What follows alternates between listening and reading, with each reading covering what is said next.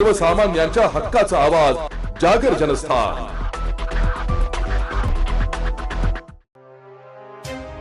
प्रेम प्रकरणातून टोळक्याने युवकावर केले सपासप वार।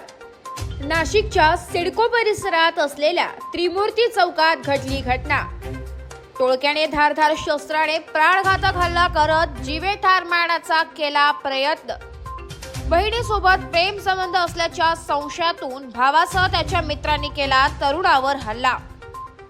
घटनेत सागर कोळी या 23 वर्षीय व गंभीर जखमी, 2 अल्पविरांसह तिघांना अंबड पोलिसांनी घेतले ताब्यात। घटनेप्रकरणी अंबड पोलीस ठाण्यात गुन्हा दाखल करण्याचे रात्री उशिरापर्यंत होते काम सुरू। माझं असं फक्त इतकं म्हणणं आहे की जर जेव्हा आम्ही प्रशासनाला नियम थोडासा सिक्युरिटी मागितली तेव्हा प्रशासन का झोपले होते का? माझं फक्त इतकं म्हणणं आहे, आम्हाला आमच्या मुलांना आमच्या मुलांना फक्त मी इतकं सांगते की आमच्या मुलांना इथं जेव्हा सिक्युरिटी मागितली तेव्हा प्रशासनाने आम्हाला नियमाच्या बंधनात बांधून बंद केले। त्यावेळेस आम्ही गप्प राहिलो। जेव्हा एखाद्या मुलाला कोयत्याने जेव्हा वार झाला त्याच्यामध्ये आमचा मुलगा या किंवा मुलगी कोणा पण तिच्यामध्ये हादरून गेले तर आम्ही काय करायचं? प्रशासनाला जॉब ठेवायचं का शाळेला ठेवायचं की इथे पब्लिकला ठेवायचं का ठेवायचं? आम्हाला फक्त इतकं सांगा। माझं फक्त आमचं सगळ्यांचं इतकंच म्हणणं आहे की आमच्या बाळ आमच्या सोबत सिक्युरिटीसाठी आहे ना। बरं, ज्याच्यावरती वार झाले ते किती जण होते? मारणार किती जण होते? 6-7 जण होते। बरं, काय होतं त्यांच्या हातामध्ये? काय होतं त्यांच्या हातात चॉपर होता, एकाच्या हातात कोयता होता आणि छोट्या छोट्या हातात ते लाकडे कुडाड हे सगळं होतं त्यांच्या हातात। आता पण जेव्हा शाळेत सुटायची वेळ होती त्यावेळेसच हे सगळं घडलेलं आहे। सर्व आहे ना अर्जुन मुलं आहे, असे नाही मोठे नाशिकमध्ये असाही पोलिसांचा धाक राहिलाच नाहीये। आणि प्रशासन काय करतो? फक्त 2 दिवस आम्हाला सिक्युरिटी देणार, फक्त 2 दिवस।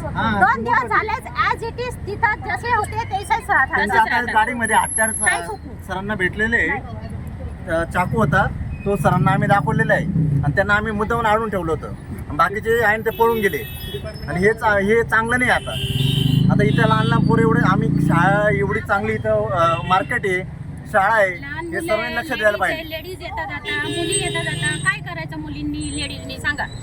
म्हणजे तुम्ही जर इथं संरक्षण देत नाही आणि तुम्ही तर म्हणता की मुलीचा कोण आता इथं तरी याची गुंड कमीत कमी शाळा सोडताना किंवा भरताना आहे ना इथं 2 पोलिस पाहिजे ही विनंती आम्हाला प्रशासनाकडे विनंती आहे। 2 पोलिस, एक जेंट्स आणि एक लेडीज हे तरी पाहिजे इथं। आमची फक्त प्रशासनाला एकच निवेदन आहे, जर 2 दिवसामध्ये आम्हाला इथं पोलीस सिक्युरिटी प्लस अवजड वाहनांना इथं प्रवेश नकोच पाहिजे आम्हाला।